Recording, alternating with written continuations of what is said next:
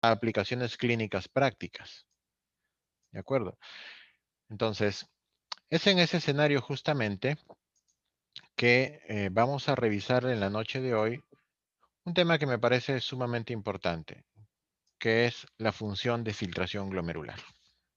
¿De acuerdo? Entonces, vamos a tratar de revisar en estos minutos los aspectos más importantes de la función de filtración glomerular y sobre todo cómo podemos llevar este concepto y todos los elementos que componen la función de filtración glomerular a aplicaciones clínicas prácticas. En ese escenario, las normas de conducta digital, que ya lo propuso la doctora Rosa María Ramírez el otro día.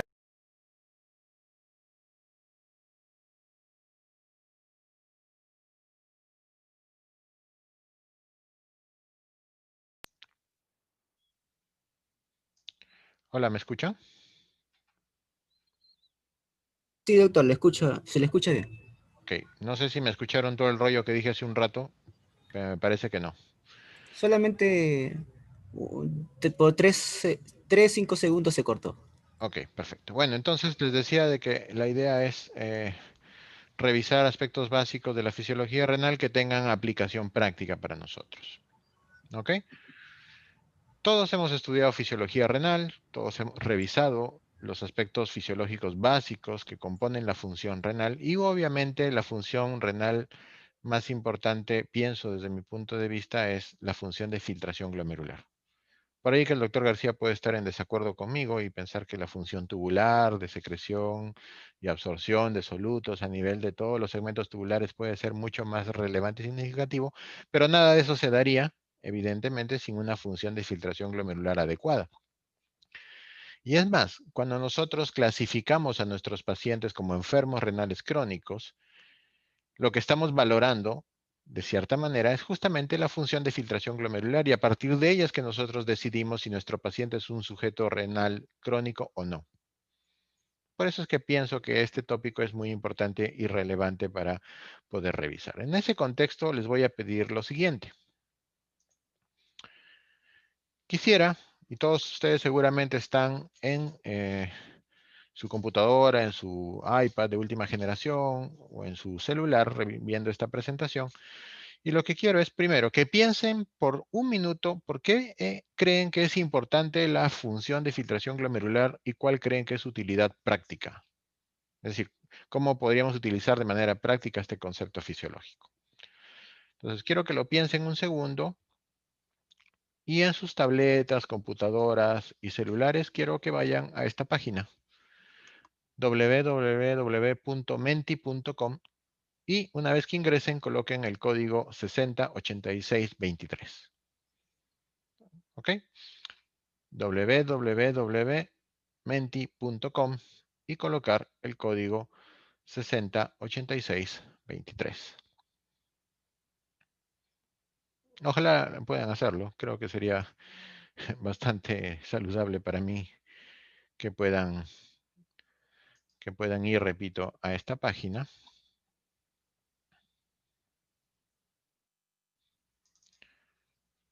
Ok. Y si ya están en la página,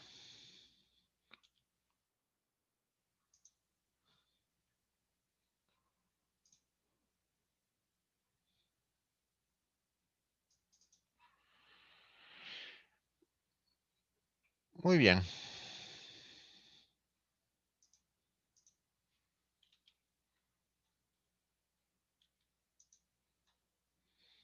¿Llegaron a entrar a la página? Quiero que pongan las respuestas de lo que han pensado. ¿Por qué creen que es importante la filtración glomerular y su utilidad práctica?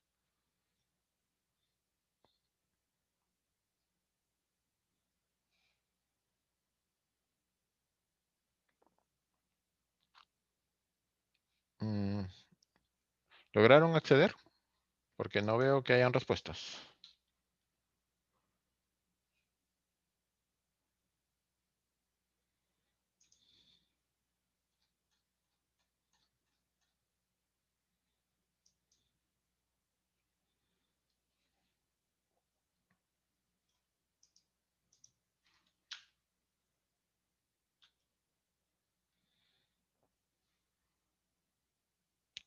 Hola.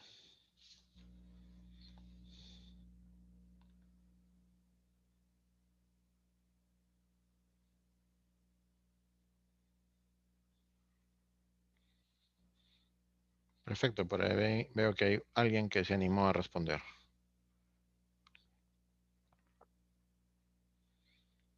Vamos, ¿por qué creen que es importante la filtración glomerular y su utilidad práctica?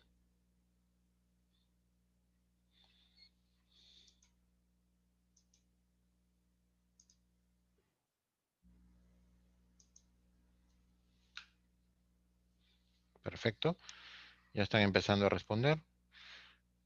Permite la eliminación de compuestos de desecho, filtrado de electrolitos, agua que serán reabsorbidos posteriormente según necesidad.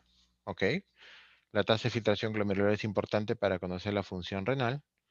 Es un marcador de función renal fiable, además de permitir evaluar el daño que hubiese a nivel renal. Perfecto. Utilidad para saber cómo está funcionando el riñón. Nos permite valorar la función renal. De acuerdo. Vamos, ¿algún otro pensamiento? Eliminar sustancias tóxicas del metabolismo, estado funcional del riñón y grado de compromiso. Es el primer paso para la depuración, claro, muy bien. Determinar la tasa de filtración y determinar los estadios de enfermedad renal, correcto. Ojo, porque es importante la filtración glomerular y su utilidad práctica. Y comentan por aquí que es porque donde se produce la eliminación de desechos que no necesita el organismo, mantiene el equilibrio de solutos, es parte importante del aclaramiento de solutos y regulación del agua.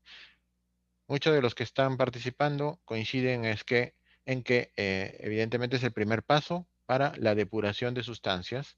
El filtrado glomerular es justamente el elemento que va a terminar siendo manejado por el resto de segmentos del túbuli y que van a finalmente producir la orina, que es el elemento básico y fundamental para el aclaramiento de toxinas y sustancias. Ayuda a mantener adecuadamente el equilibrio interno. Ok, muy bien. ¿Qué más? ¿Qué otras cosas piensan que puede ser útil?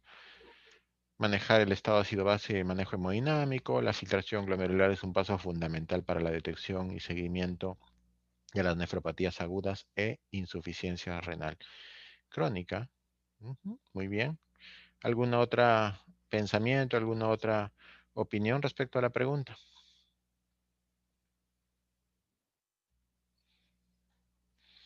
Ok, entonces, primero, lo que puedo concluir de esto es que de los 38 participantes, 14 piensan que efectivamente la función de filtración glomerular es importante y es útil. No estoy seguro si el resto de los 18 residentes que no dijeron nada piensan lo mismo.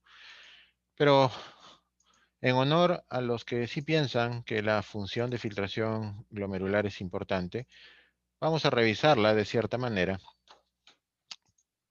para poder, primero, describir cuáles son anatómicamente los componentes de la barrera de filtración glomerular. Porque no hay filtración glomerular si es que no existe una anatomía ultraestructural que permita un adecuado filtrado glomerular, una filtración glomerular eficiente.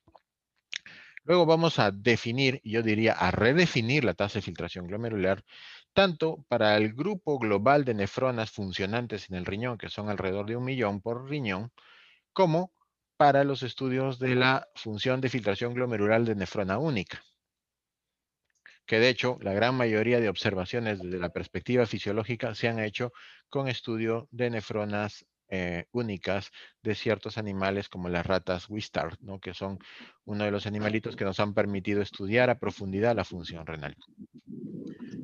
Quisiéramos al final entender el proceso de filtración glomerular a partir de los conceptos de presión neta de filtración y coeficiente de filtración.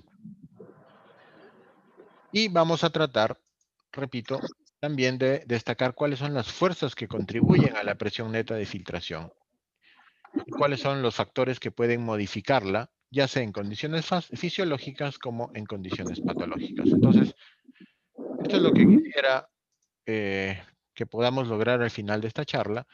Y de hecho, para hacerlo, vamos a reconocer al glomérulo, y esto es tomado de un suplemento del jazz muy bueno que seguramente todos han revisado sobre fisiología renal, que habla que el glomérulo es la esfera de la influencia, perdón.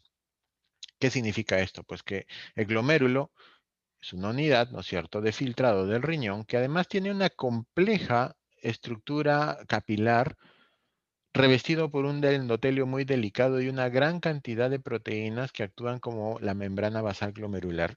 Hay células epiteliales, viscerales especializadas, que forman los diafragmas de filtración, la hendidura de filtración y además existen los procesos interdigitales.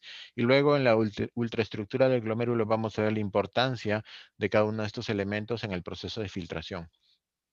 Todo esto nos permite, o la disposición que tienen este tipo de elementos nos permite filtrar adecuadamente el plasma sanguíneo y hay una serie de fuerzas dinámicas que gobiernan y determinan finalmente la filtración glomerular. Entonces, todos, o al menos 14 de ustedes, estaban de acuerdo que la función de filtración es importante y que de hecho necesitamos reconocerla y conocerla para poder entenderla y poder aplicarla.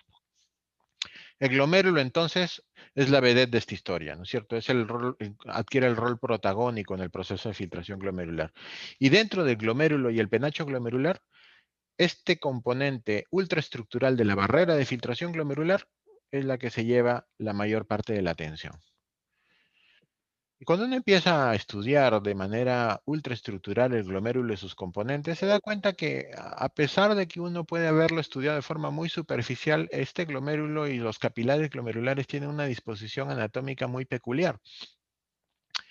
Si vemos esta imagen, que es hecho con estudios dinámicos en base a polímeros que permiten mirar en tiempo real el proceso de filtrado glomerular a través de estudios de micropunción en glomérulos únicos, nos vamos a dar cuenta que la arteriola aferente, por ejemplo, tiene una disposición interdigital o transdigital que hace que el flujo sanguíneo glomerular, que luego lo vamos a revisar con detalle, probablemente sea el determinante más importante para que el proceso de filtrado glomerular se lleve de forma eficiente. Ahora, uno compara las interdigitaciones de la arteriola aferente con este lecho vascular aferente importante, o esta cápsula vascular aferente, como también se le conoce a nivel ultraestructural, nos va a permitir pues que el flujo sanguíneo se distribuya de forma adecuada a nivel del penacho glomerular y se produzca el fenómeno de filtración de forma adecuada. Lo mismo pasa con la arteriola eferente, ¿cierto? Que tiene también una disposición ultraestructural muy peculiar que hace que la resistencia a este nivel sea de tal manera que permita un flujo de salida de la sangre desde el capilar glomerular hacia los capilares peritubulares de una manera eficiente y con el menor gasto energético que permite además que la basa recta, que interviene en el mecanismo contrarregulador en la formación y dilución de una orina concentrada y diluida, tenga la capacidad suficiente de cumplir su trabajo sin exagerar y sin exigir mayor demanda energética y metabólica a esta parte del glomérulo y hacerlo de una manera adecuada y eficiente. Es lo que llaman ahorro energético, ¿no?, para el mecanismo de filtración glomerular. Entonces, esta disposición, repito, ultraestructural del glomérulo, que lo diferencia de otros animales y de otros lechos capilares glomerulares, como por ejemplo del pulmón. Y eso pasa porque las asas cortas que salen desde la arteriola lobular, perdón, hacia la arteriola aferente, permite justamente que se dé de forma eficiente este proceso sin mayor gasto energético. Ahora, habíamos dicho que el glomérulo era la vedette, el protagonista de esta historia, y que la barrera de filtración glomerular es probablemente el elemento a tomar en cuenta para entender cómo es que se da este proceso de filtración de una manera adecuada. Y todos hemos estudiado la barrera de filtración glomerular y sus tres componentes, el endotelio fenestrado, la barrera, la membrana basal glomerular, con sus tres capas, ¿no es cierto? La lámina rara interna, la lámina rara externa y la lámina densa, y el epitelio visceral con sus procesos podocitarios. Y esa es la visión clásica que tenemos de la barrera de filtración glomerular, pero con el tiempo nos hemos dado cuenta de que no es todo, porque si ya hace poco empezamos a reconocer una red intrincada de proteínas interdigitales entre los procesos podocitarios que intervienen no solamente en el proceso de filtración, sino también en la génesis de ciertas enfermedades podocitarias, la barrera de filtración glomerular no podía estar exenta de una redefinición. Y esa redefinición ha devenido en que la barrera de filtración glomerular no solamente está compuesta de las tres capas históricamente conocidas, sino también de 5 capas. Y estas 5 capas reconocidas actualmente en la barrera de filtración glomerular incluyen 2 capas que antes no habían tenido mucha relevancia porque en realidad no se conocía su utilidad y su función, pero que ahora está claramente demostrado que tienen un rol preponderante, ¿no es cierto?, en el mantenimiento del adecuado filtrado glomerular y por lo tanto en lograr una filtración completamente adecuada y eficiente. Y esas 5 capas básicamente son el glicocálix, que todos ahora reconocemos como una parte importantísima del endotelio vascular, no solamente del riñón, sino de muchos lechos capilares. El endotelio fenestrado, clásico que todos reconocemos. La membrana basal glomerular, los procesos podocitarios, ¿sí? Y finalmente el espacio subpodocitario, que además involucra un recubrimiento del podocito por el glicocálix. O sea, hay un glicocálix que recubre el endotelio fenestrado y que recubre además los procesos podocitarios y los podocitos o células epiteliales viscerales. Y debajo de los podocitos, estos espacios blancos, perdonen, voy a buscar un puntero acá. Y debajo de los procesos podocitarios, estos espacios blancos, es lo que se llama el espacio subpodocitario, que tiene ahora una relevancia fundamental en ciertas nefropatías glomerulares, como por ejemplo la nefropatía membranosa y la enfermedad de cambios mínimos. Entonces ya no son 3 capas, repito, son 5 capas, donde el glicocálix cobra una importancia capital en el mantenimiento de la permeabilidad vascular a este nivel y donde el espacio subpodocitario también cobra un rol importantísimo, sobre todo en el entendimiento y la génesis de las enfermedades glomerulares podocitopáticas, es decir, en las podocitopatías. Cuando uno mira todo esto que les comento a nivel ultraestructural en la microscopía electrónica, entonces vamos a reconocer aquello que acabamos de mencionar. Esta es una microscopía electrónica donde se puede diferenciar el glicocálix, densamente teñido, un glicocálix algo separado antes de llegar al endotelio fenestrado, fíjense que está aquí. Luego viene la membrana basal glomerular, el diafragma de filtración, el espacio subpodocitario y los podocitos. ¿De acuerdo? Entonces, todo esto, repito, refleja una complejidad mayor de la que creíamos respecto a la barrera de filtración glomerular, pero que también tiene un rol preponderante en una filtración eficiente y adecuada. Al mirar cuáles son los componentes ultraestructurales que componen el podocito, nos encontramos con estos elementos que conforman lo que conocemos como el diafragma de filtración o la hendidura de filtración. Sabemos claramente que entre podocito y podocito existen estas proteínas interpodocitarias, como la podocina, por ejemplo, la laminina, la nefrina, las integrinas, la F-actina. Y cuando uno mira los procesos podocitarios de forma perpendicular, es decir, como si lo estuviéramos viendo de arriba hacia abajo, como se ve en el gráfico B, el diafragma de filtración o las hendiduras de filtración se ven de esta forma, como una especie de cierre, ¿sí? La vista A es la misma vista que estamos viendo aquí. Acá están los podocitos, acá están las proteínas de anclaje entre podocito y podocito, la membrana basal glomerular. El gráfico B es una vista perpendicular de la estructura que tiene forma de cremallera y no solamente adquiere esta forma, sino incluso podemos ver en algunos segmentos de la nefrona esta estructura en forma de escalera, que también conforman lo que conocemos como el diafragma de filtración o la hendidura de filtración.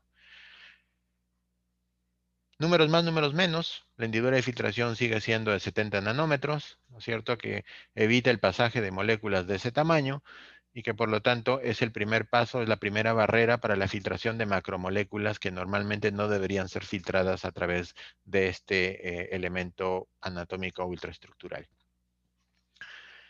Y aquí vemos nuevamente como un glomérulo aislado y canulado hacia la arteriola aferente es marcado con quinacrina, que es esta molécula verde, esta tinción verde, y es perfundido con dextrano, que se marca con rodamina, que le da este color rojo, y vemos, repito, todo el proceso de filtración desde la inyección de la rodamina en la arteriola aferente hacia la eliminación de este contraste a través de la arteriola eferente. Conocido entonces los elementos básicos de la ultraestructura del glomérulo y de la membrana basal y de la barrera de filtración, vamos a ver cuáles son los elementos físicos que además determinan que se dé el proceso de filtración glomerular de forma adecuada o no. Y aquí vamos a reconocer algunos principios físicos básicos como los coeficientes de permeabilidad, lo que se conoce como conductividad hidráulica y lo que se conoce como coeficiente de reflexión o de arrastre de solvente. Estos tres elementos devienen finalmente en las variables mecánicas que nosotros utilizamos para determinar la tasa de filtración glomerular.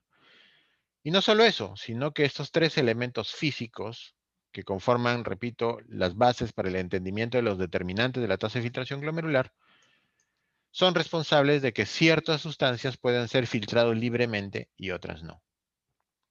Entonces, para la filtración de determinadas moléculas y solutos, pesa el peso molecular, valga la redundancia, el tamaño de la molécula, la carga de la molécula, y en base a estos tres criterios físicos, la filtrabilidad. Es decir, hay sustancias más filtrables que otras. Y hay sustancias que pueden ser filtradas en función de su tamaño molecular y en base a su coeficiente de sieving o de cribado que corresponde a esta variable que es la filtrabilidad. Por ejemplo, el agua se filtra completamente, ¿sí? Tiene un peso molecular pequeño, igual el sodio, que es una molécula pequeña, igual la glucosa, pero ojo, fíjense, la inulina es una molécula grande o mediana en todo caso y también se filtra completamente. Aquí ya estamos entrando al campo, ¿no es cierto?, o al terreno de los marcadores de filtración glomerular ideales, ¿no es cierto?, la inulina. La mioglobina es una molécula de mediano tamaño molecular, pero que tiene una tasa de filtrabilidad, un coeficiente de Kriving o Civado bajo. Ni qué hablar de la albúmina, ¿no es cierto? Todos sabemos que la albúmina es una macromolécula, pero que además tiene un coeficiente de sieving o de cribado prácticamente nula. No filtramos albúmina en condiciones fisiológicas normales. ¿Y esto ocurre por qué? Porque nuestra barrera de filtración glomerular, compuesta por estos 5 elementos, tiene características mecánicas que impiden la filtrabilidad de ciertas sustancias, tiene características eléctricas que hace que se rechacen ciertas sustancias cargadas negativamente, tiene glicocálix, que está compuesto de proteoglicanos y glicosaminglicanos y que tiene una injerencia directa en la permeabilidad vascular en el endotelio fenestrado, ¿no es cierto? Y tiene la hendidura de filtración, que tiene un tamaño de 70 nanómetros que no permite la filtrabilidad de sustancias de tamaño mayor a ese diámetro. Entonces, todos esos elementos hacen que ciertas sustancias, repito, sean más susceptibles de ser filtradas que otras. Entonces, en ese escenario, tenemos que, cuando buscamos comprobar la tasa de filtrabilidad o coeficiente de cribado de una sustancia en base a su carga eléctrica, nos damos cuenta que un dextrán neutral, por ejemplo, depende principalmente de su tamaño molecular para ser filtrado o no. Es decir, si tiene un tamaño molecular pequeño, vamos a ver si puedo encontrar una pluma, aquí por ejemplo, este dextrán neutral con un tamaño pequeño tiene relativamente una tasa de filtrabilidad bastante significativa. Pero una molécula del mismo tamaño, pero que tiene una carga aniónica grande, prácticamente no se filtra.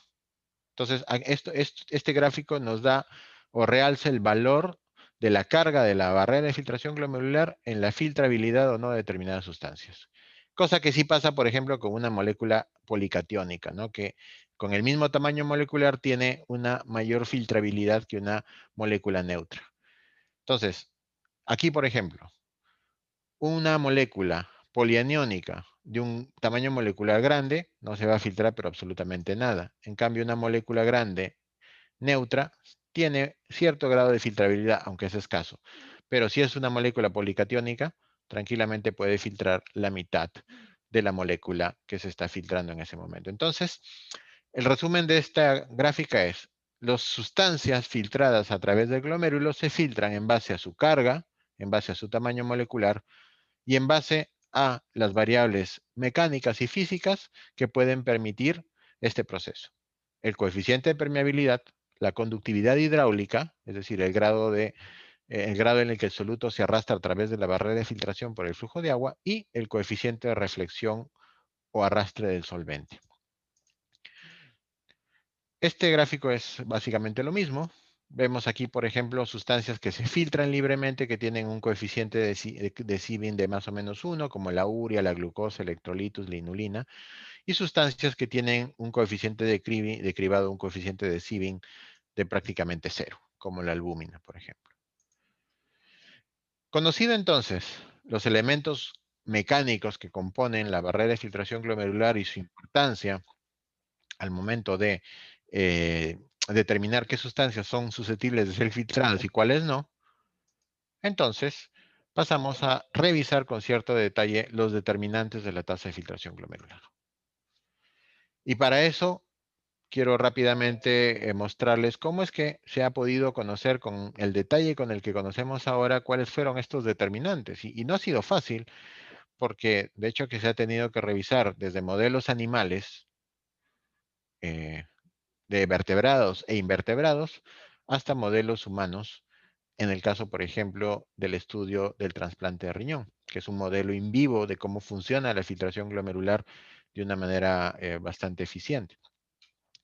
Y lo que se ha tratado de hacer en la mayoría de casos es hacer estudios de micropunción, ¿no es cierto? Haciendo estudios de micropunción en nefrona única para poder entender cuál es la dinámica de las presiones que gobiernan la filtración glomerular a nivel del glomérulo y a nivel del inicio del túbulo contorneado proximal. Se ha utilizado algunos instrumentos como el oncómetro, que mide la presión coloidosmótica, como esta, por ejemplo. En fin, hay toda una historia de cómo es que se ha llegado a entender con cierto nivel de profundidad el entendimiento de la filtración glomerular. Y lo que vamos a ver básicamente es lo siguiente. La filtración es el primer paso en la filtración de la orina, eso es totalmente conocido, ¿no es cierto? Y el plasma tiene una gran cantidad de sustancias disueltas de distintos tamaños moleculares que deben ser filtrados y algunas de ellas pasarán la barrera de filtración glomerular y algunas otras no. Por ejemplo, las sustancias de bajo peso molecular se van a filtrar libremente, van a pasar a la cápsula de Bowman, pero las de gran tamaño molecular, como las proteínas, evidentemente no van a seguir ese proceso.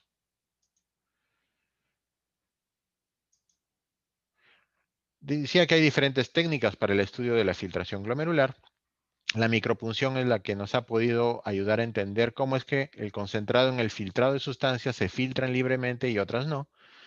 Y hay algunos componentes pues que son, repito, mucho más susceptibles de filtrarse que no.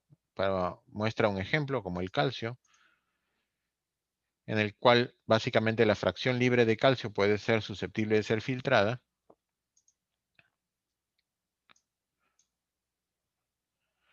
Y luego, conocido esto, vamos a desarrollar cuál es la definición de la tasa de filtración glomerular, de qué factores dependen la tasa de filtración glomerular, cuáles son los cambios que afectan la tasa de filtración glomerular y cuáles son los elementos tanto hormonales como no hormonales que regulan la tasa de filtración glomerular.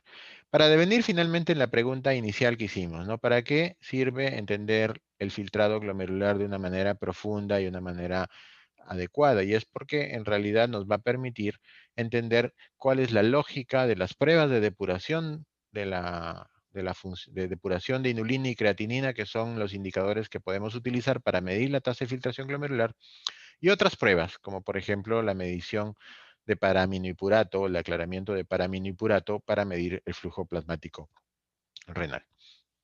Entonces, ¿qué es la tasa de filtración glomerular? Pues es el volumen de plasma que se filtra en los riñones por unidad de tiempo. Esa es la definición conceptual de la tasa de filtración glomerular. Algunos también suelen denominar a la tasa de filtración glomerular como velocidad de filtración glomerular o en algunos casos también hablan sobre índice de filtración glomerular. Y los determinantes de la tasa de filtración glomerular, que lo habíamos mencionado de forma muy genérica al inicio, son principalmente la permeabilidad hidráulica de la barrera de filtración glomerular, el área de filtrado y la presión neta de filtración. Entonces, estos tres elementos son los determinantes de la tasa de filtración glomerular. Y ojo, que la permeabilidad hidráulica de la barrera de filtración glomerular es 50 veces mayor que la encontrada en otros lechos capilares, como por ejemplo la del músculo y del pulmón. Y uno empieza a preguntarse cómo es que el riñón ha logrado optimizar este proceso fisiológico para hacerlo tan eficiente que pueda incluso subir su capacidad de filtración 50 veces más que otros lechos capilares en el cuerpo. Y eso ocurre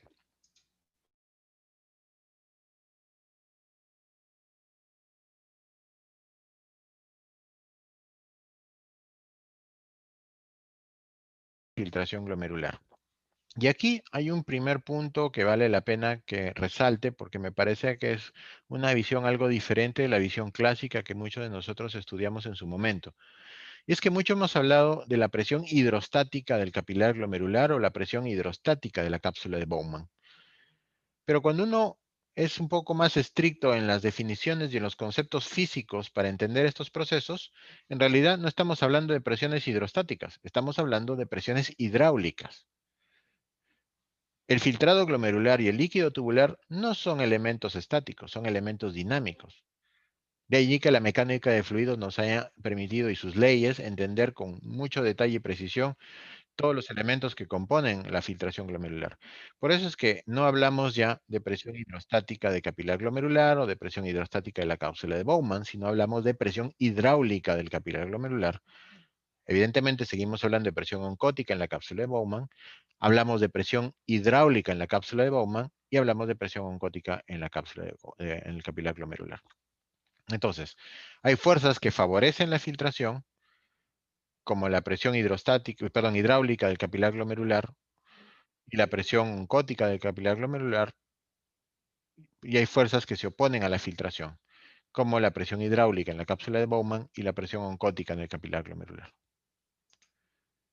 La resultante es justamente la presión neta de filtración, que viene a ser la sumatoria de las fuerzas que favorecen la filtración en relación a las fuerzas que se oponen a la filtración. ¿Y cómo es que esto puede ser cuantificado de forma bastante práctica? Imagínense que queremos medir la presión hidráulica del capilar glomerular y sabemos que esta depende principalmente de la presión sanguínea. A mayor presión del capilar glomerular, mayor presión hidráulica y probablemente mayor filtración glomerular hasta que ocurran los mecanismos autorregulatorios. Recordemos que la arteria renal es una rama corta y los capilares glomerulares, a diferencia de otros capilares, drenan hacia un vaso de alta resistencia como la arteriola eferente. Si ustedes vieron el gráfico de microanatomía que vimos al inicio, comparativamente el diámetro de la arteriola eferente era mucho mayor en relación al diámetro de la arteriola eferente, es decir, la resistividad y la resistencia de la arteriola eferente era mucho mayor. Entonces, tenemos cierto nivel de presión hidráulica en el capilar glomerular y tenemos cierto nivel de presión oncótica en la cápsula de Bowman. Y al colocarlo en un gráfico, podemos ver que en el trayecto entre el extremo aferente y el extremo eferente, la presión hidráulica del capilar glomerular sigue una línea recta como esta, mientras que la presión eh, oncótica de la cápsula de Bowman, que en teoría es cero, porque en teoría no filtramos proteínas, sigue también una disposición lineal. Ahora, cuando a este gráfico que involucra la presión hidráulica del capilar glomerular y la presión oncótica de la cápsula de Bowman, agregamos la presión hidráulica en la cápsula de Bowman, que es una fuerza que se opone a la filtración, vamos a ver que empieza ya a establecerse cierta diferencia en la resultante final que va a ser la presión neta de filtración. Esta presión hidráulica del capilar glomerular puede incrementarse, por ejemplo, en situaciones de obstrucción aguda de la vía urinaria que aumente retrógradamente la presión hidráulica de la cápsula de Bowman. Esa podría ser una aplicación o una aplicación práctica. Y finalmente viene la presión oncótica en el capilar glomerular. Y esta presión oncótica, como ustedes pueden ver, no sigue esta misma distribución lineal desde el extremo aferente hacia el extremo eferente, sino sigue una distribución logarítmica. Y es que cuando uno empieza a filtrar el plasma, desde que llega hacia el extremo aferente hasta que termine el extremo eferente, o hasta que empiece el extremo eferente, ha habido un cambio en la presión oncótica en el capilar glomerular. A raíz, obviamente, de que a mayor filtrado glomerular, mayor concentración del fluido tubular filtrado, que va a tener una mayor concentración de proteínas y, por lo tanto, una mayor presión oncótica en el capilar glomerular. La resultante final, en términos cuantitativos, es que la presión hidráulica del capilar glomerular en el extremo aferente es alrededor de 60 y en el extremo eferente es alrededor de 58, prácticamente no cambia. La presión oncótica en la cápsula de Bowman es cero, en el supuesto de que no hay pérdida de proteínas, mientras que la presión hidráulica en la cápsula de Bowman es de menos 15 y se mantiene en menos 15 entre el extremo aferente y eferente, mientras que la presión oncótica en la capilar glomerular cambia de menos 21 a menos 33 hacia el final del extremo eferente, dando una presión neta de filtración en el extremo aferente de 24 milímetros de mercurio, mientras que en el extremo eferente es de 10 milímetros de mercurio. Esta es la presión neta de filtración, es decir, la presión neta de filtración depende principalmente de las fuerzas que favorecen y que se oponen a la filtración en el extremo aferente y en el extremo eferente del capilar glomerular. Esto, multiplicado por el coeficiente de ultrafiltración, define la tasa de filtración glomerular.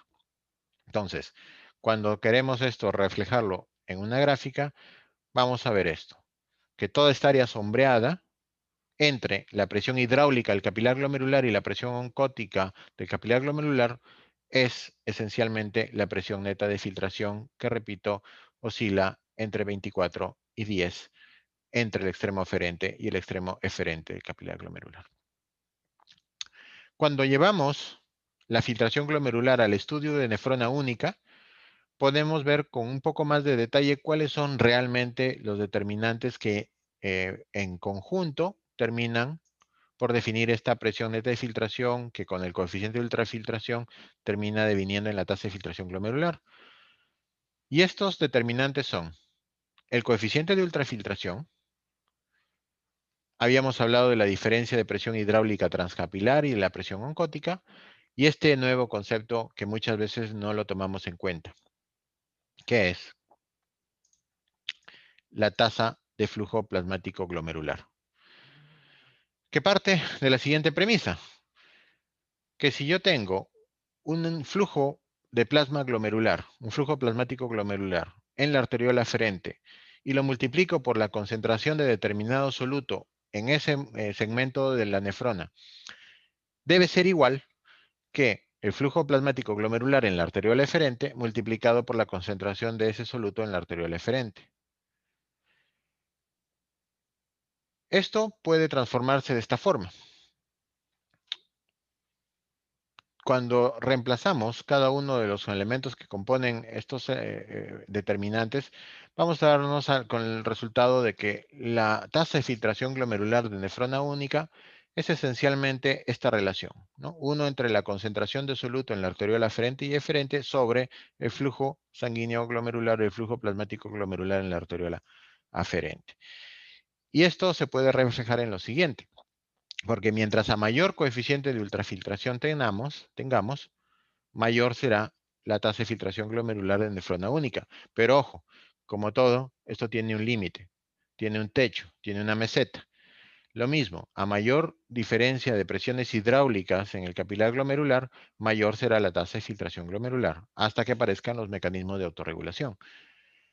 A menor eh, presión oncótica o diferencia de presiones oncóticas entre el capilar glomerular y la cápsula de Bowman, menor será la tasa de filtración glomerular. Y finalmente, el determinante menos reconocido y muchas veces poco estudiado, que es el flujo plasmático glomerular en nefrona única, que sugiere que a mayor flujo sanguíneo o flujo plasmático glomerular, mayor será la tasa de filtración glomerular. Cuando uno mira esto, rápidamente se le viene a la mente un gráfico que a veces estudiamos en hemodiálisis, ¿no es cierto? que refleja el QB, es decir, el flujo sanguíneo que utilizamos en diálisis, con la tasa de aclaramiento de solutos. Entonces, uno ya empieza a hacer distintos parangones entre la fisiología renal normal en un individuo sano con lo que hace o lo que trata de reflejar el procedimiento de hemodiálisis como tratamiento sustitutivo renal. No es diferente realmente la asociación entre el aumento de la tasa de filtración glomerular y del flujo plasmático glomerular en distintos animales estudiados que van desde ratas, perros, monos ardilla y los seres humanos. Como pueden ver, es esencialmente el mismo comportamiento en los distintos animales estudiados en estos distintos mamíferos, lo que refleja que este es un fenómeno histórica y embriológicamente bien desarrollado. Ahora, si ya sabemos cuáles son los determinantes de la tasa de filtración glomerular, ahora viene el saber qué cambios pueden afectar la tasa de filtración glomerular. Y esto tiene que ver con las variaciones que pueden darse a nivel del cambio en las resistencias, tanto de la arteriola aferente como de la arteriola eferente. En condiciones normales, estos factores que controlan la tasa de filtración glomerular básicamente están dirigidos a controlar la presión hidráulica capilar y en menor grado el coeficiente de filtración. Pero obviamente hay condiciones patológicas que pueden generar una variación de esta presión hidráulica en capilares glomerulares y en cápsula de Bowman y que pueden hacer, por ejemplo, que un aumento en la presión hidráulica del capilar glomerular obviamente va a tener su correlato con un aumento de la tasa de filtración glomerular. En cambio, un aumento de la coeficiente de ultrafiltración de la misma forma va a producir un aumento de la tasa de filtración glomerular. En el otro escenario, si tenemos un aumento de la presión hidráulica en la cápsula de Bowman, eso deviene en una caída significativa de la tasa de filtración glomerular.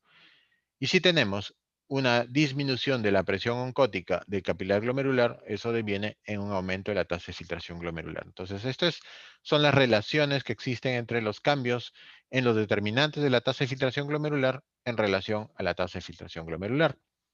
Y en ese sentido, por ejemplo, podríamos ver que si tenemos una situación donde aumentamos la resistencia en la arteriola renal eferente, por ejemplo, ¿sí? Podríamos generar lo siguiente. Primero, un aumento de la resistencia en la arteriola eferente puede devenir en una caída de la tasa de filtración glomerular, ¿no es cierto? Y en una disminución del flujo plasmático glomerular. Esto es lo que quería decirles, ¿no es cierto? Aumento de la resistencia en la arteriola aferente, disminución del flujo plasmático glomerular, del flujo sanguíneo renal, disminución de la tasa de filtración glomerular, disminución de la presión hidráulica del capilar glomerular. Esto podría darse en escenarios patológicos, por ejemplo, en pacientes que toman AINES y que disminuye su capacidad de vasodilatación aferente al inhibir, por ejemplo, el óxido nítrico y las prostaglandinas vasodilatadoras. Podría ser un escenario. El otro escenario es que yo contraiga la arteriola eferente, es decir, que aumente la resistencia en la arteriola eferente. Y eso puede ocasionar que hay un incremento de la presión hidráulica del capilar glomerular con un incremento de la tasa de filtración glomerular de forma consecuente. El detalle está en que al aumentar la presión hidráulica del capilar glomerular, voy a disminuir el flujo sanguíneo renal hacia ese nivel y voy a aumentar el flujo plasmático glomerular en dirección única. Pero la resultante final termina siendo un incremento de la tasa de filtración glomerular.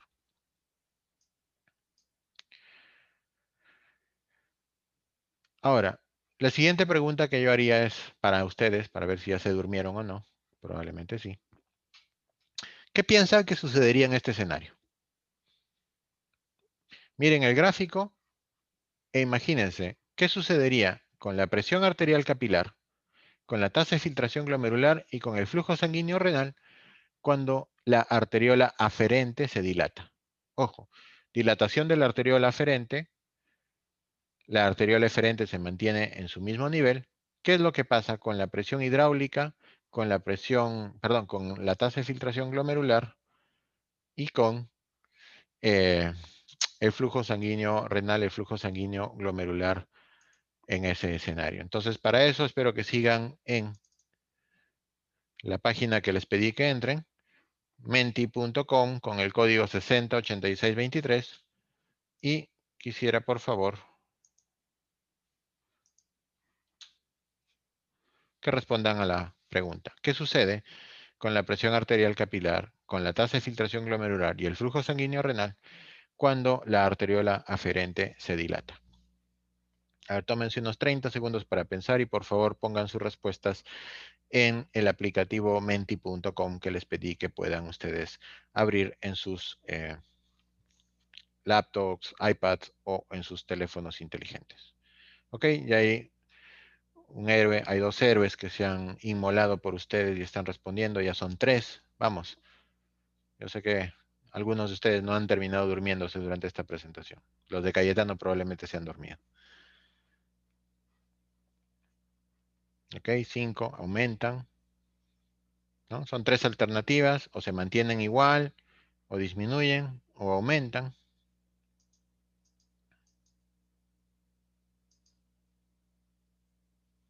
Perfecto, 9, 10, aumentan, aumentan. Vamos, imagínense que es la elección de Trump versus Biden. Aunque aquí hay tres alternativas, ¿no? Pero bueno, ¿quiénes van por Trump y quiénes van por Biden? Ah, uno va por Trump, excelente. Vamos, van 15, 15 de no sé cuántos hay, a ver, 48 participantes, 17, 2 piensan que disminuyen, ¿ok? Vamos, no les cuesta nada entrar al aplicativo y votar por su elección. 18, ya van 18, vamos. Por lo menos lleguemos al 50% de votantes, como para decir que están atentos. A ver, nada. 19.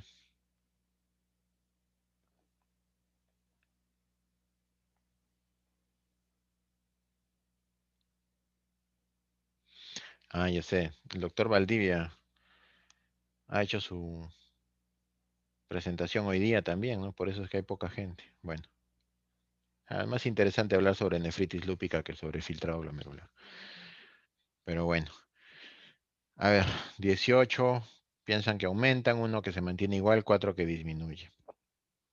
Perfecto, bueno, con 23 ya es algo más decente, 24 mucho más decente todavía. Al menos tengo la tranquilidad de que la mitad no están durmiendo. Perfecto. Y bueno, si uno regresa a la gráfica presentada y la arteriola aferente se dilata manteniendo la arteriola eferente normal, lo más probable es que, como la mayoría de ustedes mencionaron, tanto la tasa de filtración glomerular como la presión hidrostática la presión hidráulica del capilar glomerular y el flujo sanguíneo renal aumenten a ese nivel. Correcto. Muy bien. Sin embargo, a pesar de todos estos cambios que pueden ser inducidos fisiológica o patológicamente o incluso farmacológicamente, existen un proceso muy importante en el riñón que permite que la filtración glomerular se mantenga a pesar de variaciones muy significativas, por ejemplo, en la presión arterial. Y existen los fenómenos de autorregulación de la tasa de filtración glomerular, que nos permiten que, por ejemplo, un sujeto que tiene una variación de la presión arterial media desde 80 hasta 160 mantenga una tasa de filtración glomerular en rangos fisiológicos durante todo este proceso. Es decir, el riñón tiene la capacidad de autorregular la tasa de filtración glomerular con variaciones de la presión arterial media que pueden oscilar desde 80 hasta 180 milímetros de mercurio. Lo que hace pues que los pacientes que tienen hipertensión arterial, que a veces pierden este proceso o este fenómeno de autorregulación, sean más susceptibles al daño renal por cambios dramáticos o bruscos de la presión arterial. Pero esto, ¿cómo se logra? Bueno, como decía, ¿no? Los hipertensos tienen la curva de autorregulación desviada hacia la derecha, los diabéticos, por el contrario, la tienen hacia la izquierda. Entonces, cada condición patológica puede alterar este fenómeno de autorregulación del flujo sanguíneo renal y, consecuentemente, de la tasa de filtración glomerular. Factores patológicos que pueden alterar la tasa de filtración glomerular, claro, estas enfermedades renales, diabetes, hipertensión, obstrucción urinaria, hipotensión, sangrado, fármacos como el uso de inhibidores de la angiotensina 2 o fármacos simpático-miméticos o vasoconstrictores, ¿no? Entonces, todos estos elementos pueden alterar la tasa de filtración glomerular. Y el riñón, repito, tiene varios mecanismos autorregulatorios. Voy a hablar muy brevemente de cada uno de ellos. Empezaremos hablando del reflejo miogénico, que es básicamente un reflejo local, ¿no es cierto?, a nivel del músculo liso vascular, del músculo liso que compone parte del vaso sanguíneo renal, y que hace, por ejemplo, que cuando un paciente tiene un aumento de la presión arterial, que lleve al estiramiento del vaso sanguíneo renal, aumente la permeabilidad del calcio, aumente el calcio intracelular, estimulando la resistencia vascular, la contracción vascular y disminuyendo el flujo sanguíneo. Esto es lo que se llama reflejo miogénico inducido, por ejemplo, por fenómenos hipertensivos. Y claro está que eso no ocurre de una manera tan sencilla, porque de hecho detrás de ello hay todo un fenómeno molecular que involucra fenómenos de polarización y despolarización y el uso de fosfolipasa 2 y la fosforilación oxidativa a nivel de receptores de membrana, a nivel de las membranas de los miocitos de los vasos endoteliales. Entonces, es todo un fenómeno bastante complejo que deviene finalmente en la activación de los filamentos de actina y miosina del músculo liso vascular, que termina produciendo la constricción o vasoconstricción renal como parte del reflejo miogénico. Pero tal vez el más estudiado de los fenómenos de autorregulación es el feedback o retroalimentación túbulo-glomerular. Y que de hecho es bien interesante cuando uno lo empieza a analizar a profundidad. Y parte por el hecho de que un aumento, por ejemplo, de la tasa de filtración glomerular, evidentemente aumenta el flujo tubular que va a ser sensado por la mácula densa, ¿no es cierto? Que es en este caso, o cobra el rol protagónico en la génesis del feedback tubuloglomerular, que produce una serie de señales paracrinas desde la mácula densa hacia la arteriola aferente con la finalidad de vasoconstreñir la arteriola aferente. Esa vasoconstricción aferente aumenta la resistencia en la arteriola aferente y disminuye la presión hidrostática en el capilar glomerular, produciendo una disminución de la tasa de filtración glomerular. Entonces, el aumento del fluido tubular produce un aumento de aporte de sodio y cloro hacia la mácula densa, estimulando, ¿qué cosa? Pues esto. Luce medio feo, pero así es, ¿no? Es decir, aquí tienen ustedes el endotelio, el vaso sanguíneo, el intersticio y el mesangio extraglomerular y todos los fenómenos involucrados en la génesis del elemento más importante, el elemento hormonal más importante en la activación del feedback tubuloglomerular, que viene a ser la adenosina, ¿no es cierto? Como el vasoconstrictor más importante, vasoconstrictor aferente más importante que gobierna el feedback tubuloglomerular. ¿Dónde se lleva a cabo? En la mácula densa. La mácula densa sabemos ahora que tiene una porción glomerular y una porción extraglomerular, y que la mácula densa no solamente está involucrada hacia el final del túbulo y contorneado distal, sino que incluye también parte del túbulo y colector, perdón, del túbulo y conector y de la nefrona distal. Entonces, la mácula densa también ha sido redefinida, ha sido reestudiada, se han encontrado nuevas evidencias de anatómicas que hacen que sea una estructura que compromete no solamente la parte más distal de la nefrona, sino incluso elementos que conocíamos que no inicialmente no estaban involucrados y que definitivamente también forman parte de su ultraanatomía y de la ultraestructura de la mácula densa. ¿Qué es lo que hace la mácula densa finalmente? Produce adenosina, ¿sí? Y la adenosina produce vasoconstricción de la arteriola aferente.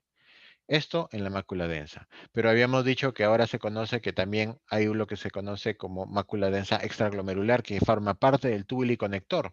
Y en el túbulo y conector hay estos canales ENaC o canales epiteliales de sodio que producen prostaglandinas que producen vasodilatación aferente. Entonces, el túbulo y conector parece ser que tiene un rol un rol regulador en la activación y en la actividad de la mácula densa. Y es probable que la interrelación entre la mácula densa y el túbulo y conector sea finalmente lo que oriente o balancee el fenómeno del feedback tubulo glomerular hacia la vasoconstricción aferente o hacia la vasodilatación aferente. Entonces, repito, parece que el feedback tubulo glomerular no solamente tiene en la mácula densa a su elemento más importante, sino también al tubuliconector y a su capacidad de producir prostaglandinas vasodilatadoras. Y todos estos elementos responden al aporte de sodio y cloro del filtrado glomerular. Entonces, fíjense que algunas cosas están cambiando y algunos conceptos que antes conocíamos se están redefiniendo. El otro elemento importante, obviamente, es la angiotensina 2. Esta es una hormona que produce, como todos nosotros sabemos, vasoconstricción sistémica y entonces a una caída de la tasa de filtración glomerular, esto es sensado por una menor aporte de sodio y cloro hacia la mácula densa que produce el estímulo de renina, la renina produce angiotensina y la angiotensina aumenta la presión arterial y la resistencia arteriolar eferente. Entonces, la angiotensina 2 es otro mecanismo importante de autorregulación y aquí podemos ver, por ejemplo, lo que pasa con el diámetro arteriolar aferente en el contexto de el paciente con angiotensina y con un antagonista de la angiotensina 2 como la pimosida, que es, bueno, es una sustancia farmacológica que se utiliza en estudios clínicos y que muestran claramente cómo su efecto inhibidor mantiene el diámetro de la arteriola aferente y eferente de una manera bastante significativa. El sistema nervioso simpático también actúa como mecanismo autorregulador. Cuando hay una reducción significativa del volumen extracelular, pues hay una gran producción de noradrenalina y dopamina que básicamente buscan esto. Por ejemplo, ¿no? Asumamos el escenario de un paciente con hemorragia, con caída de la presión arterial, que es básicamente sensado por los varoreceptores carotídeos y los arcos aórticos reflejos que aumentan la actividad simpática renal. Esta actividad simpática renal, además de tener un rol directo sobre la construcción de las arteriolas renales, también estimula la producción de renina. O sea, también están interrelacionados los fenómenos hormonales de producción de angiotensina 2 con la actividad del sistema nervioso simpático. Todo lo que termina deviniendo estos procesos es en una caída del flujo sanguíneo renal y la tasa de filtración glomerular y un incremento de la reabsorción tubular de agua y sodio con la finalidad de restablecer la volemia circulante efectiva. Entonces, al final, repito, no son mecanismos aislados, sino son mecanismos básicamente interrelacionados. Las hormonas diautoacoides que influyen en la tasa de filtración glomerular, además de la angiotensina 2, de la norepinefrina y la noradrenalina, es la endotelina. Entonces, en resumen, el sistema nervioso simpático tiene estos efectos sobre el sistema sobre las resistencias aferentes y eferentes.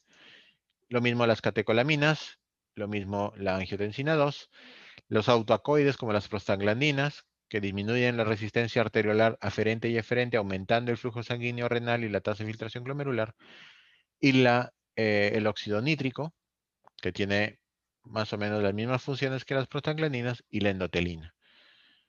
La endotelina, que aumenta la resistencia arteriolar aferente y eferente, disminuyendo la tasa de filtración glomerular y el flujo sanguíneo renal. Y aquí tienen ustedes las características de lo que pasa, por ejemplo, con el óxido nítrico derivado, el derivado del endotelio, ¿sí? Cuando es administrado en ratas de laboratorio para ver su efecto sobre la función de filtración glomerular, la presión hidráulica y la resistencia. Lo mismo con la endotelina que ya habíamos mencionado, disminuye la tasa de filtración glomerular y el flujo sanguíneo renal. Todo este rollo que acabamos de dar finalmente deviene en la aplicación práctica. La aplicación práctica es ver cómo podemos utilizarla para medir de forma confiable y forma sensible y específica la filtración glomerular. Y aquí podemos tener varios escenarios. Por ejemplo, un primer escenario donde tenemos una sustancia que solo sufre filtración, por lo tanto, la cantidad filtrada es igual a la cantidad excretada. Una sustancia B que sufre filtración y reabsorción total, por lo tanto, no aparece nada de esta sustancia en los riñones. Esta sustancia, repito, solo sufre filtración, entonces, perdón. todo lo que se filtra aparece en la orina. Cantidad filtrada igual a cantidad excretada. Es decir, no sufre ningún proceso de reabsorción ni secreción tubular. Esto suena a inulina, ¿no es cierto? Otra sustancia que es completamente filtrada y es completamente reabsorbida y por lo tanto no aparece nada de esta sustancia en la orina. Por lo tanto, la concentración de esta sustancia en la orina es cero y esto nos permitiría valorar de forma muy eficaz el flujo plasmático renal y esto suena a paraminoipurato. Y hay otras sustancias que sufren filtración y que es o parcialmente reabsorbida o parcialmente secretada, donde la cantidad excretada es menor que la cantidad filtrada, como es el caso de la urea y el fosfato. Y otra donde hay filtración y secreción, por lo tanto la cantidad excretada es mayor que la cantidad filtrada, y este es el caso, por ejemplo, de la creatinina. Entonces, todos estos elementos nos sirven para determinar las pruebas de laboratorio que nos pueden ayudar a determinar la tasa de filtración glomerular. Y la más reconocida y la que se ha convertido en el gold estándar es la medición de la inulina, ¿no? Una sustancia que no es reabsorbida ni secretada, que se filtra libremente y que no afecta la función renal. La medición de la inulina aplicando el principio de conservación de masas nos dice que toda masa de inulina que entra es igual a la masa de inulina que sale, es decir, la cantidad filtrada es igual a la cantidad excretada, y de aquí es que nosotros podemos determinar la fórmula para calcular el aclaramiento de inulina o el aclaramiento de cualquier sustancia, y eso nos permite estimar con mucha precisión la tasa de filtración glomerular. La tasa de filtración glomerular normalmente es de 125 mililitros por minuto, y se reconoce que es el flujo, el volumen plasmático filtrado completamente libre de inulina por unidad de tiempo, que en este caso es por minuto. Entonces, este gráfico trata de reflejar lo que les acabo de comentar, una sustancia completamente filtrada y completamente excretada, que no sufre procesos de reabsorción ni de secreción y que nos permite estimar con mucha especificidad y mucha sensibilidad y con mucha precisión la tasa de filtración glomerular. Se puede hacer también el aclaramiento de urea, que en este caso el aclaramiento de urea tiene un 50% de urea reabsorbido, por lo tanto el aclaramiento de urea es la mitad del aclaramiento, perdón, de la urea filtrada.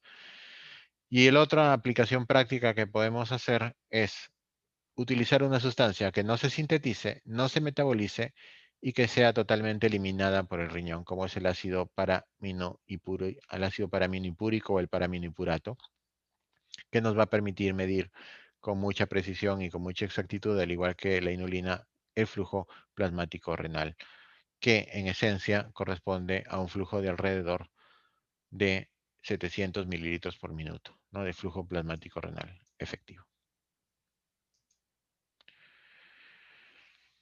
Si bien es cierto, como mencionaron en la pregunta inicial que abrió esta charla, ¿cuáles eran las razones por las que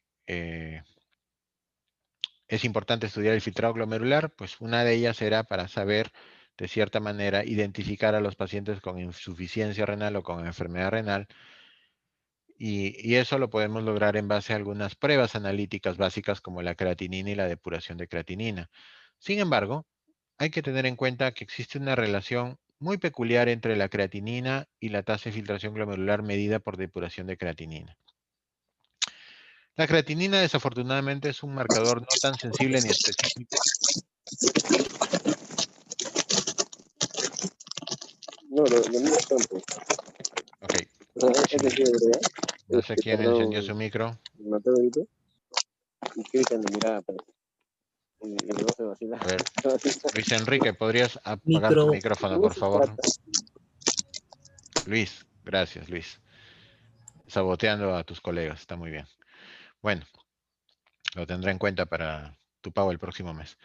Bueno, la relación entre el filtrado glomerular y la tasa de filtración glomerular, como decía, tiene estas peculiaridades, porque la producción y eliminación de creatinina en teoría son fijas y equilibradas, ¿no es cierto? Cada uno de nosotros seamos varones o mujeres, excretamos una cantidad constante de creatinina aparentemente, ¿no? Entre 20 a 25 miligramos por kilogramo en el hombre y 15 a 20 miligramos en la mujer. Por lo tanto, para que esta eliminación sea constante, la creatinina debería ir aumentando en forma proporcional al descenso de la tasa de filtración glomerular. ¿Eso qué quiere decir? Que cuando uno mira la relación entre la creatinina y la depuración de creatinina medida por aclaramiento de creatinina, esta no sigue una curva lineal, sino una curva exponencial inversa. Y es una curva exponencial inversa porque a mayor tasa de filtración glomerular, obviamente hay una menor cantidad, una menor concentración de creatinina. Sin embargo, si uno mira este gráfico, rápidamente uno puede darse cuenta que prácticamente, cuando uno tiene 1 de creatinina,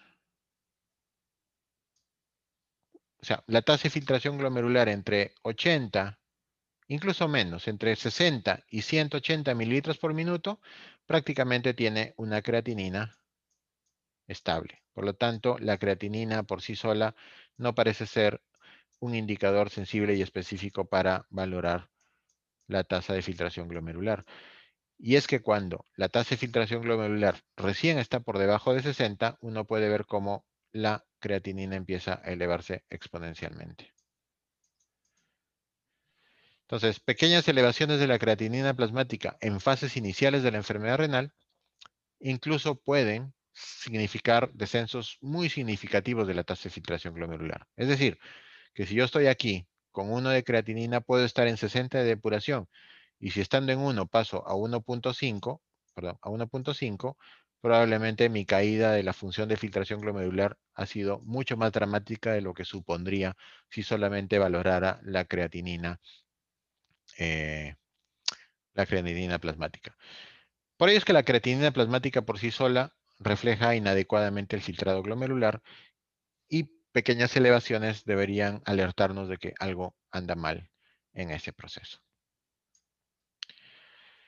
Bien, entonces, finalmente, ¿cuáles serían las conclusiones de esta larga presentación? Pues hemos tratado de definir la tasa de filtración glomerular, tratando de entender el proceso de filtración a partir del conocimiento de la anatomía y de la ultraestructura del riñón y del glomérulo y de la membrana de filtración glomerular, o la barrera de filtración glomerular, perdón. Se resaltó la importancia de la permeabilidad hidráulica, se puso especial interés en la presión neta de filtración, que es una suma algebraica de presiones, y se explicó finalmente los mecanismos de regulación normal de la tasa de filtración glomerular a través del control de las presiones hidráulicas y oncóticas en nivel de capilar glomerular y los factores hormonales y mecánicos que están involucrados en su mantenimiento. Bien, eso era todo lo que tenía para compartir con ustedes. No sé si alguno de los 46 héroes de esta noche tiene alguna pregunta o algún comentario que quiera hacer. Digo héroes porque entre nefritis lúpica y escucharlo al grupo del doctor Valdivia y escuchar esta charla aburrida de filtración glomerular, yo mismo me hubiera ido a escuchar al doctor Valdivia y su charla de nefritis lúpica.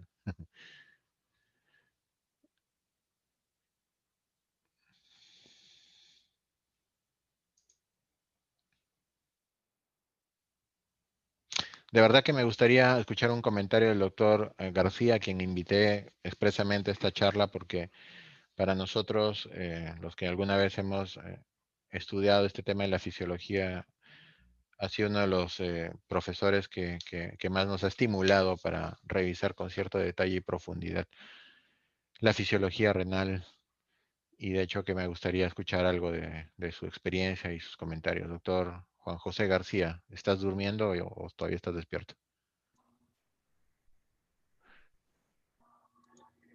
No, para mí ha sido un placer escucharte. De verdad que he aprendido y creo yo que es muy importante para todos los residentes no solamente verlo como algo muy difícil de entender, sino como algo que va a estar en toda nuestra vida diaria, ¿no? El evaluar todos los componentes de la autorregulación son muy importantes para mantener lo más importante que creo yo, ¿no? Porque, ¿cuál es el fenómeno más importante? ¿Por qué tenemos estos fenómenos de autorregulación? Es básicamente para mantener indemnes los capilares glomerulares. O sea, todas estas cosas tan intricadas que se ven es porque la nefrona se defiende. La parte más débil, pero más importante de la nefrona es el endotelio del capilar glomerular. Si hay demasiada carga de volumen, eso va a lesionar el endotelio del capilar glomerular y va a alterar todos los procesos de filtración. Entonces, todo eso lo hace para mantener constante esa presión y que no lesione. Por eso cuando los pacientes diabéticos hacen hiperfiltración, lesionan a largo plazo el endotelio y acaban en falla renal. Por esa razón que la hiperfiltración es nuestro principal ítem a ver antes, ¿no? Porque nosotros no tenemos que tratar pacientes de enfermedad renal crónica estadio 4 o 5. Debemos evitar que estos pacientes lleguen a esta enfermedad. Y yo también estoy de acuerdo, si bien me fascinan las tubulopatías, la enfermedad glomerular es muy importante, pero evitarla sobre todo, ¿no? Apenas yo tengo un paciente que está hiperfiltrando, ya estoy lesionando mis mecanismos de autorregulación, ya estoy lesionando mis capilares glomerulares. Y eso es muy importante tenerlo presente. Y el otro concepto que creo yo que también tiene que quedar claro es el concepto de aclaramiento. Muchas personas piensan que aclaramiento es botar solutos por la orina. Y el aclaramiento es un concepto mucho más completo, ¿no? Es cuánto volumen de plasma libre de un soluto tengo después de todos los procesos. No solamente el proceso de filtración, sino el proceso de reabsorción y secreción. Luego de todo, al final, de todo lo que sale por la arteriola aferente, pasa por los capilares glomerulares, llega al eferente, pasa por los vasos rectos y finalmente sale en la vena renal. Al final de todo, ¿cuánto de volumen plasmático libre de ese soluto tengo? Es decir, aclaramiento es volumen por unidad de tiempo. No tiene nada que ver con masa. Y esto es algo que poco a poco todos tenemos que tenerlo presente, ¿no? Porque no solamente es la filtración, sino es la reabsorción y secreción. Gracias. Perfecto. Gracias, Juan José. Siempre muy productiva tus comentarios y muy atinados también. Bueno, no sé si alguien quiere hacer algún comentario o alguna pregunta.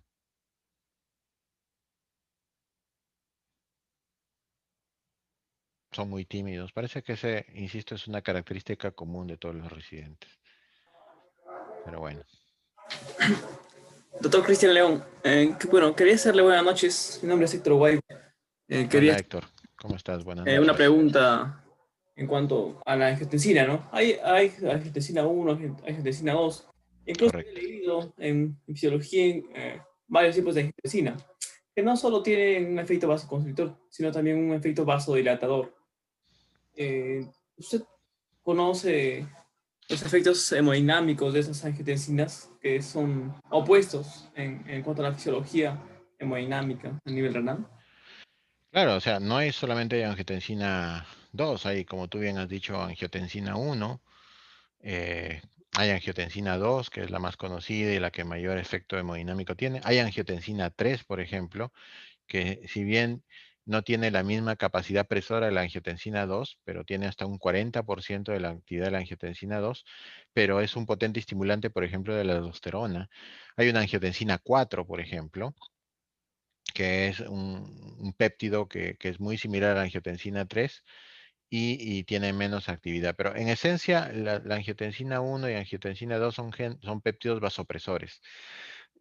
Te mentiría si reconozco alguna de las angiotensinas como vasodilatadora. Me parece que las 4 variedades de angiotensina conocidas, la 1, la 2, la 3 y la 4, todas en mayor o menor medida tienen actividad vasopresora. Algunas directa como la angiotensina 2 y otra indirecta como la angiotensina 1, ¿no? Que al final básicamente se forma, como tú bien sabes, por efecto de la renina sobre el angiotensinógeno y esta rompe los enlaces peptídicos y finalmente se transforma en angiotensina 1 que va hacia la renina, ¿no es cierto? Que es producida obviamente en respuesta a la actividad simpática renal. Pero no, sería cuestión de revisarlo. No sé si Juan José tú tienes alguna información sobre efectos vasodilatadores de los péptidos asociados a la angiotensina. yo no tengo esa información. Sé que hay 4 tipos de angiotensina y todas son vasopresoras. En la parte, sobre todo en la fisiología de la etapa neonatal, los receptores de angiotensina 2, los tipo 2, tienen que ver con la proliferación y la formación del glomérulo. Entonces, en la etapa embrionaria, estos receptores AT2, que son los que predominan, son muy importantes, tienen mucha cantidad y son muy sensibles. Tan es así que si yo uso un IECA en una paciente gestante, ese pequeño acaba con displasia renal, porque altera todo ese proceso. Hay un proceso de proliferación de glomérulos con vasodilatación. En algunos efectos también se sabe que hay efectos protectores para receptores de AT2 de la angiotensina 2, pero sobre todo en esta parte de la fisiología embrionaria es donde se ve este efecto. Mm. Ok, y mi promesa, Héctor, es revisar si es que alguna de las angiotensinas tiene efecto vasodilator. La verdad que pienso que no, pero bueno, en este universo todo es posible. Pero lo que sí te puedo decir es que no hay solamente una angiotensina, hay hasta 4 tipos de angiotensina, todos con efecto opresor en mayor o en menor medida.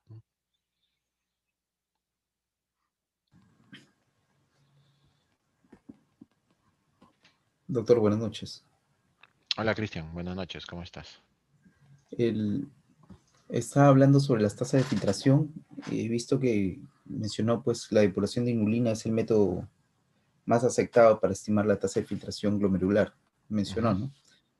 Y justo la había, no sabía que podía activar mi micrófono, justo lo había escrito ahí al chat. Perdóname, no lo había chequeado. Sí, ¿cuál sería la desventaja de usar inulina para la medición? En el caso que utópicamente tendríamos que medirla en nuestras sedes o centros hospitalarios si lo tuviéramos. O de repente no podemos porque es algo que está fuera de repente de nuestro alcance de logístico. ¿O por qué no se hace? De repente es muy complejo, o la transición sí es tan bueno, digo, ¿no? Si es el Mira, mejor método, es lo que quiero saber. sí, a ver, medir inulina es re complicado y sobre todo es súper incómodo para el paciente. Porque lo que se tiene que hacer es infundir inulina, o sea, hacer una infusión de inulina, colocar una sonda vesical al paciente para hacer una orina minutada y estar midiendo de forma continua en sangre y orina minutada la inulina plasmática y urinaria. Entonces es un proceso que te demora 24 horas. Estar en ese tema de estar midiendo continuamente la inulina, tanto en sangre como en orina, colocar una sonda vesical básicamente para eso, con un paciente que probablemente eh, podamos tener respuestas similares con otras alternativas como la depuración de creatinina, ¿no? Ahora, Claro. claro, la depuración tiene también todas sus limitaciones y tiene una serie de características que tampoco la hacen exactamente el mejor biomarcador para medir la tasa de filtración glomerular, pero creo que es lo que tenemos a la mano para hacerlo de una manera práctica, relativamente confiable y sobre todo que nos permita identificar de forma sensible, porque específico es poco probable que sea la depuración, pero sensible es muy sensible, ¿no? Entonces, ese es el problema técnico, ¿no? Y se usa la inulina básicamente en investigación básica para trabajos de investigación, ¿no? Y sobre todo no necesariamente en seres humanos, ¿no? Es tan incómodo tanto para el que Para el hace que lo el hace nódulo como para el como para que el lo... paciente. Así es, exactamente. Claro, evidentemente no es viable, ¿no? En Y es nuestros costoso, centros. ¿no? Y es costoso. Aparte de eso. Ya, Ujú. doctor, muy amable, gracias.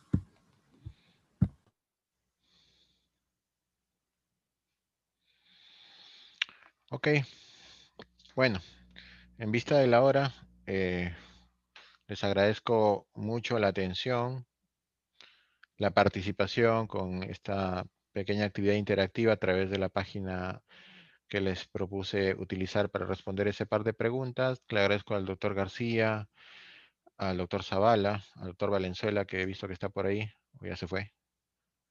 No, ya se fue. Ya, bueno, no importa.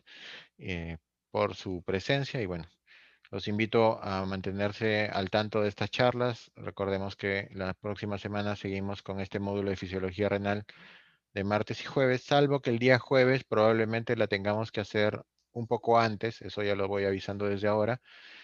Probablemente no sea a las 8, sino sea a las 7, dado que a las 8 va a haber la asamblea de miembros de la Sociedad Peruana de Nefrología para elegir el comité electoral para el periodo 2021-2022 de la Junta Directiva, ¿no?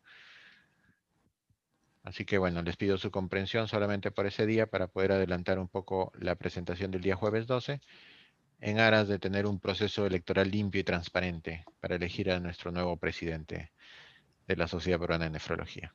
Doctor Cristian León, disculpe. Sí. Una consulta.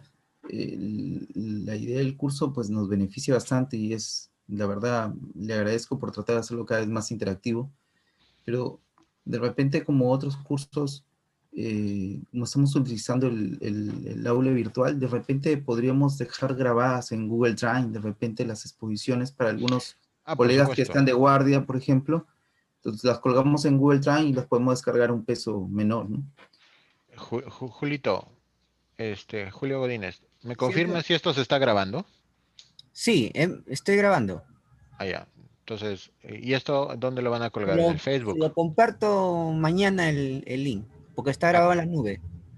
perfecto. Claro. Entonces, como dice el doctor Díaz, esto se está grabando y para los que aún tengan interés de poder escucharnos, pues lo pueden volver a hacer a través del link que el Julito Godínez, próximo presidente tras la sombra de la Sociedad Peruana de Nefrología, va a compartir con todos. ¿Sí? Sí, Muchas se los gracias, envío. doctor. Esperamos que se Listo. puedan hacer todas las exposiciones así. Muy amable, doctor. Bueno, chicos, gracias y tengan buenas noches. Nos vemos Gracias, en la doctor siguiente Cristian. sesión. Buenas Gracias, noches a todos. Julito. Hasta luego. Buenas noches.